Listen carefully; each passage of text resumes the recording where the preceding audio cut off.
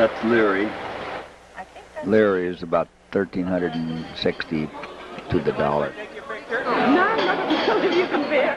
She was from Australia too, as her daughter was.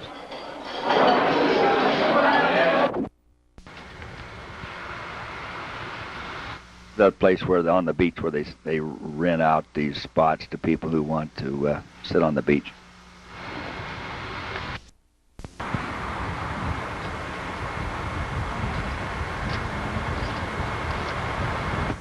This was in the evening, so I don't know. Maybe that's the reason there wasn't anyone there.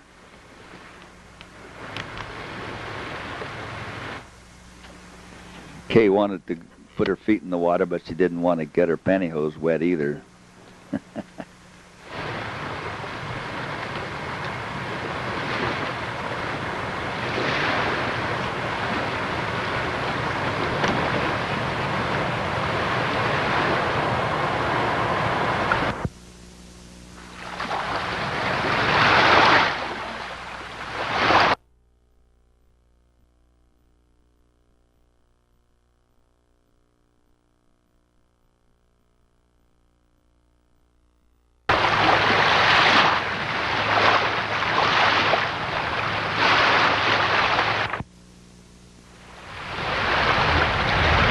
Well, you know, I've just remembered I didn't even feel the Mediterranean water. I wish I had put my hand in it at least to feel how warm it was.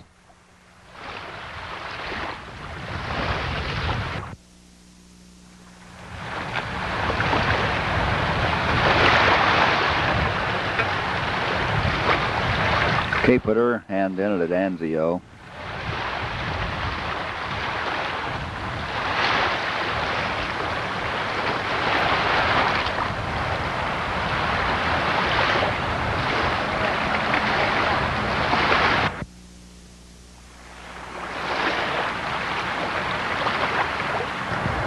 Kay is in the room getting ready, and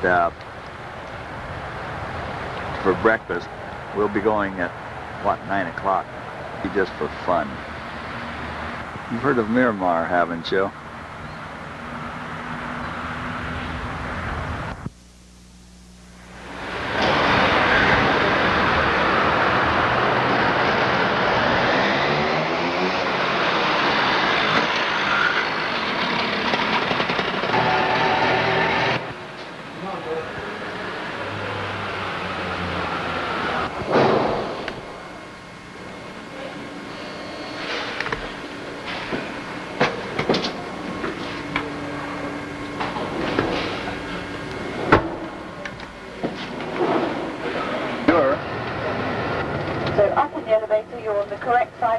For the Ducal Palace, and up the road you're on the correct side of the city for Raphael's house.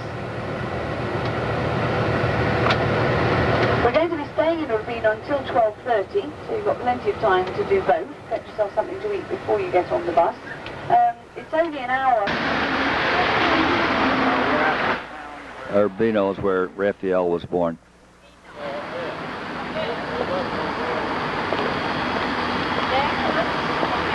It's a very nice little ancient town, narrow streets, whatever. You can go up in this. They got an elevator now to go up, so you don't have to walk, which we did. All built on a hill.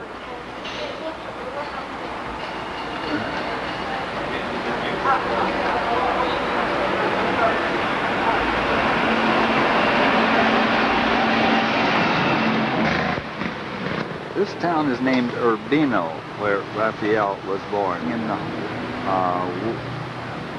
the mountain over there, hillside built in. Sitting there enjoying the view. We're going up to the castle of the Duke of Frederica. It's a very winding road. We took the elevator up for a while.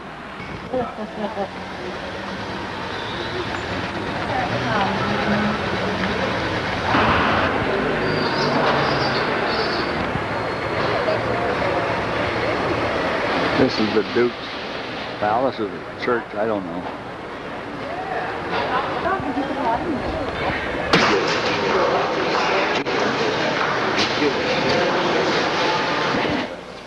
He may be taking a picture yet. tell you a little something we learned about this area of Italy. But anyway, in this little town here, this was run by a guy named Federico Montaletra for about 40 years. And he was an illegitimate son and originally had no future in his family because of this. He was educated, although he was illegitimate, which was no bar to him being recognized as a member of the family. After a classical education, he was married, and he went to Lombard with 800 men to learn the art of war. This was in about 1450. Historians has described fighting as an occupation most contemporary princes were dedicated to, especially in the town of Urbino. This land was mostly poverty-stricken due to its poor land. So the men of this place hired themselves out to one army or another. Federico chose this life as a professional soldier, and his half-brother succeeded their father as ruler in 1443. And Federico, because of this, resigned himself to the traditional subordinate life of a poor, illegitimate relation. However, in 1443, because of his brother's debaucheries, his brother was assassinated and his body torn to bits by the town mob, which was not an unusual occurrence. The town people finally allowed Federico to succeed his brother after he promised not to revenge the murder. Now, this is kind of unusual because this was traditional, and to even keep his promise afterwards to the people was more unusual for this treacherous and brutal age. I have a hard time understanding how the architecture and art could flourish in an age such as this. So I want to quote something from the book, Horizon Book of the Renaissance. It says, "Honor waits on princes," wrote Webster, the Elizabethan dramatist for whom the blood-stained annals of Italy have a compulsive fascination.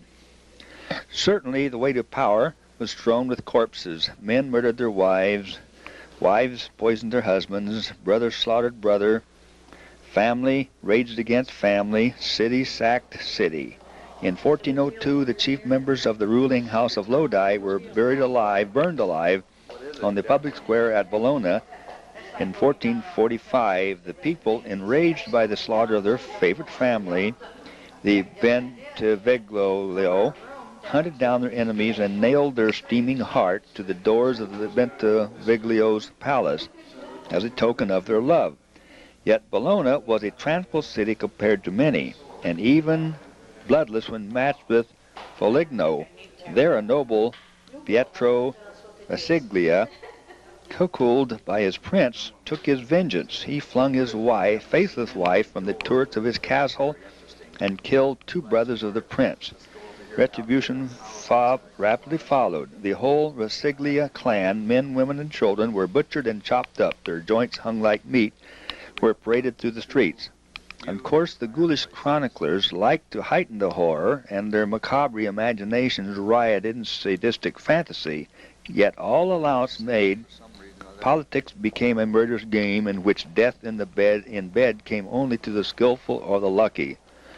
The savagery used by men in pursuit of power was due to the nature of society and the prizes that it offered.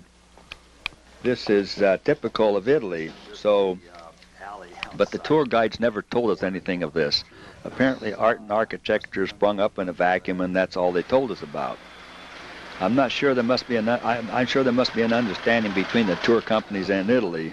Neither were we shown any poverty, or was it even mentioned. A couple who were on their own without a tour company asked if we had seen the people living in caves. These were poor people.